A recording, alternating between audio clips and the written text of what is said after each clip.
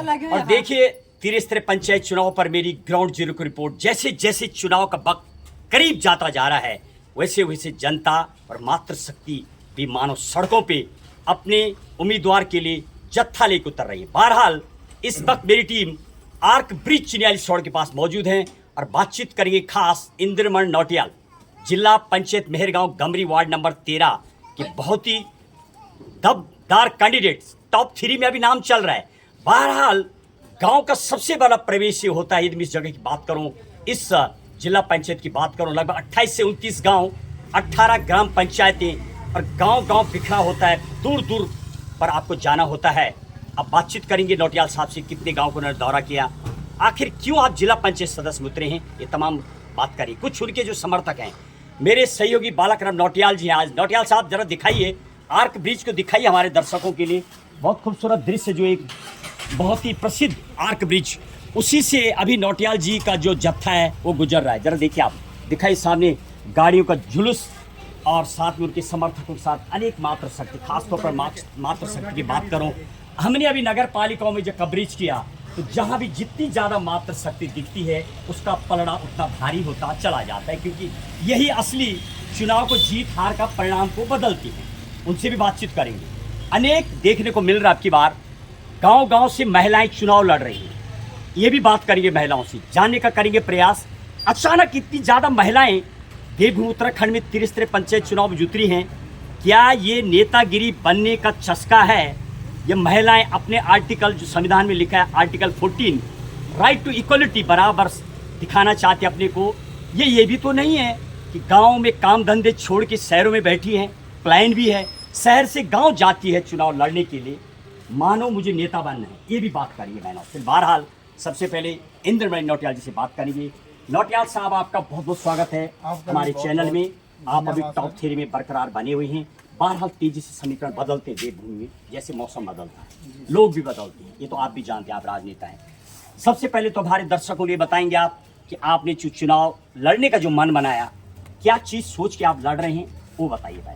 Sir, मैं पहले कार्यकर्ता रहा, कार्यकर्ता के रूप में काम किया राष्ट्रीय पार्टी में, लेकिन कार्यकर्ता उतना काम नहीं कर सकता है जितना एक प्रतिनिधि कर सकता है। मैंने देखा कि हमारा जो गमरी क्षेत्र है यह बहुत पिछड़ा हुआ है, और जो कि अभी देखो आपकी गमरी पीपलखंडा से लेके जो अभी ये बादशी तक मोटर मार्ग है, ये मुख्य मोटर मार्ग है, ये अभी तक नहीं हुआ।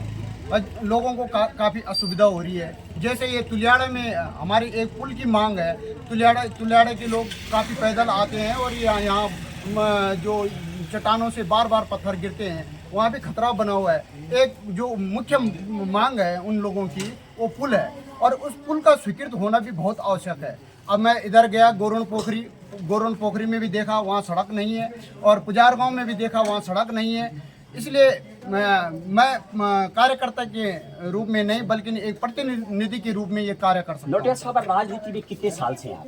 राजनीति में मैं 2008 से हूँ। 2008 से लगभग 15 साल आप समझे। अच्छा, सबसे बड़ी बात ये जो दर्द आप बता रहे हैं, हमने भी इस साल कवरेज किया गमरी वगैरह, कई गाँव में रोड नहीं गई है, रोड की खंडर हालत है, ये तो सत्य है। तो आपने क्या उसके लिए कुछ पहले प्रयास किए? जी, तो हमारे दर्शकों के लिए आप ये भी बताइए, जो आपने प्रयास किया है वो थोड़ा बताइए, कब कब आपने प्रयास किया, ताकि जनता जाने कि वास्तविक आपको पीड़ा है, तब उतरे आप।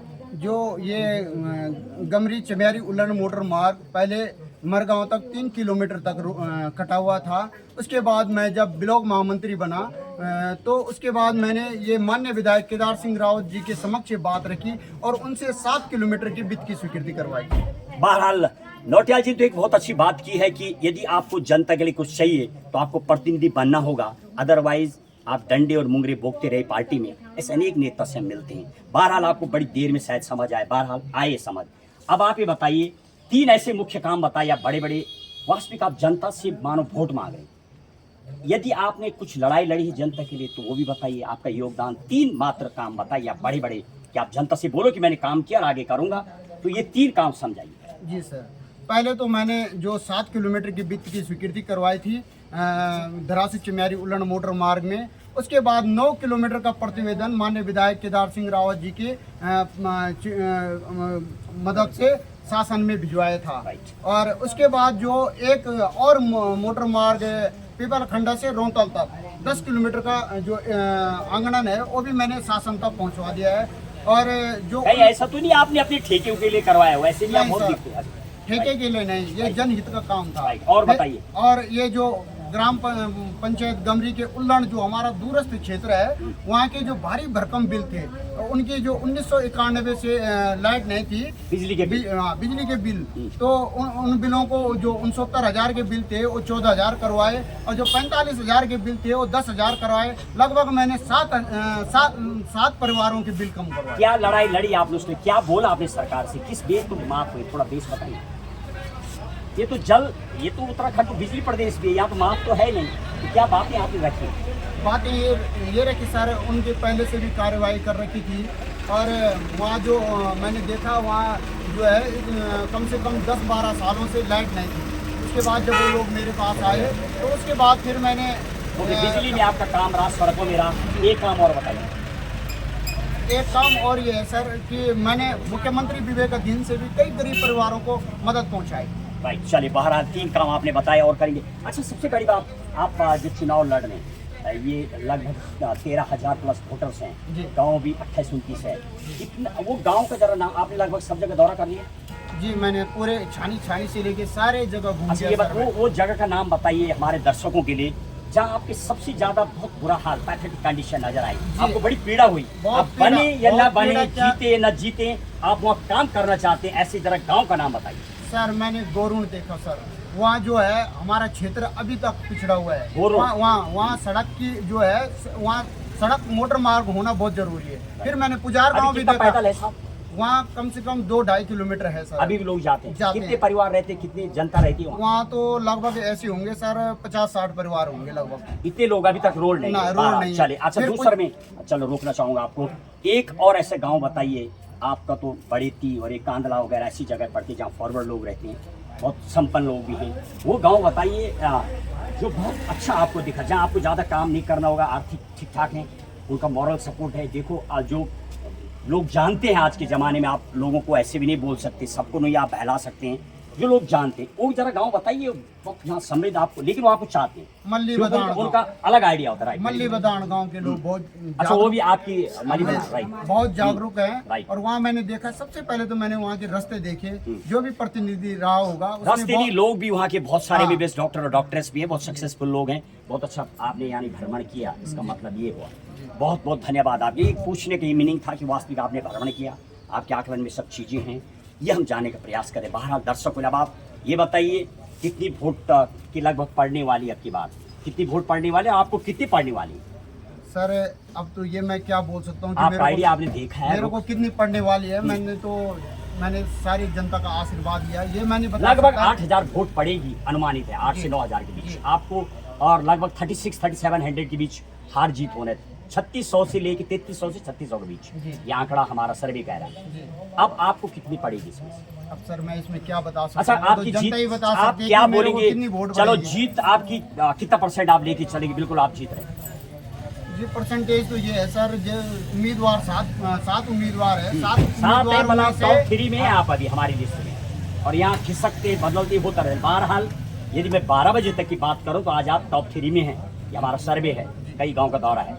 अब आप आगे क्या सोच के कैसे प्लान करेंगे, कैसे लोगों तक पहुंचेंगे, ये तो आपकी प्लानिंग रहेगी, स्ट्रेटेजी रहेगी, वो सब जानना चाह रहे हैं। सर मेरा जो जनता के बीच जाने का मुख्य उद्देश्य है, ये जो नशा, जो आज हमारी नई पीढ़ी नशा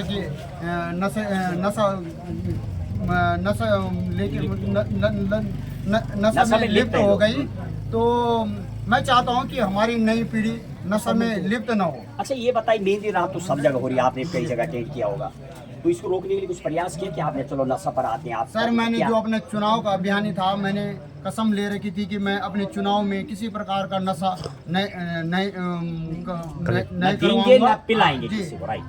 बहरहाल ऐसे उत्तराखंड में शायद नामुमकिन हो जाता है, लेकिन आप बता रहे हैं नौटियाल साहब, हो भी सकता है। चलिए एनीवे, आपका आखिरी शब्दों में, आप जीत गए तो वो काम बताइए, आप सबसे पहले अपनी जनता को, दर्शकों को बताएंगे वो क्या काम रहेंगे जो आपका सबसे पहले आप 3 एकदम टेबल पर करना चाहेंगे? आप वो काम बताएं जो आपका अधीन आते हैं। आपके लिए 29 विषय रखे गए हैं, 18 विषय नगर पालिका के होते हैं, तो आप उसी के तहत बताएंगे तो बहुत अच्छा रहेगा हमारे लिए भी, क्योंकि आम हर आदमी सुनता है, जनता जो आपके अधीन नहीं आते, कई महीने जब इंटरव्यू लिया न जाने क्या बोलने लग जाते हैं। आपके अधीन जो काम होते हैं वही आप बताएंगे। 29 विषय में से वो 4 विषय एक्यूरेट, चाहे वो नशा हो, चाहे वो सड़कें हों, स्वास्थ्य हो, जो भी आप अपनी जनता से चाहते हैं एक्यूरेट बताएंगे आप। आपको हम कैमरे में भी कैद कर रहे हैं अब, ताकि आप जीतें और आगे जनता के पास आएँ। आप वो 3 काम बताइए, आप क्या करेंगे आप सबसे पहले? अगर मेरे को जनता का आशीर्वाद मिलता है तो मैं गांव-गांव में बैठक करवाऊंगा, और मेरा अपना कोई प्रस्ताव नहीं होगा, जो मेरी जनता का होगा मैं उसी को पास करवाऊंगा। फिर सबसे पहले जो उस गांव में ग्राम सभा के आर्थिक रूप से कमज़ोर व्यक्ति होंगे, जो गरीब परिवार होंगे, उनको आर्थिक रूप से मदद देने की कोशिश करूंगा। जिनके पास छत नहीं होगी उनको छत दिलाने का काम करूंगा। जिनकी पेंशन नहीं लगी होगी, ऐसा आपके माइंड में है कुछ ऐसा स्कीम, किसकी चीज का बिंदु का? मेरे माइंड में पहले से है सर, मेरा यही उद्देश्य है सर। जहाँ जैसे रास्ते खराब हो रखे होंगे उन रास्तों को ठीक करवाने का काम करूंगा। जहाँ सड़क नहीं होगी वहाँ सड़क पहुँचाने का काम करूंगा। और जैसे स्वास्थ्य व्यवस्था हमारी बहुत खराब हो रखी है उसको सुधारने का काम करूंगा। भाई बहरहाल बहुत बहुत धन्यवाद आपके लिए तिमरेर जी। हम आपसे सिर्फ 3 काम जानना चाह रहे थे, बहरहाल आपने बहुत कुछ गिनवा दिए।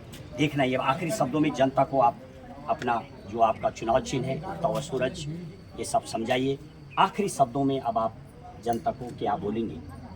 मैं अपनी जनता को ये बोलना चाहता हूँ, देखिए आज हमारी जो चुनाव की प्रणाली है ये बहुत बेकार हो गई है। सब लोग नशे की तरफ बढ़ रहे हैं। मैं ये चाहता हूँ कि जो लोग समाज को खराब करने का काम कर रहे हैं आप उनकी तरफ आकर्षित न होकर ऐसे व्यक्ति को चुने जो समाज सुधारने का काम करे। चले बहुत बहुत धन्यवाद। ये थी इंद्रमणि नौटियाल।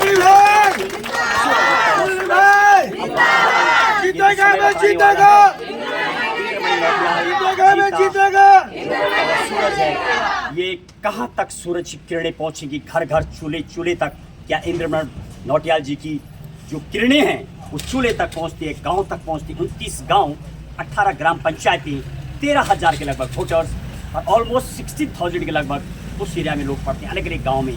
तो कहाँ तक सूर्य की किरणें जाएंगी? हालांकि आजकल लगातार बारिश भी, बादलों का जमघट भी बहुत होता है। बहुत बहुत धन्यवाद। बालक राम नौटियाल के साथ महेश बोगड़ा, गंगा 24 एक्सप्रेस।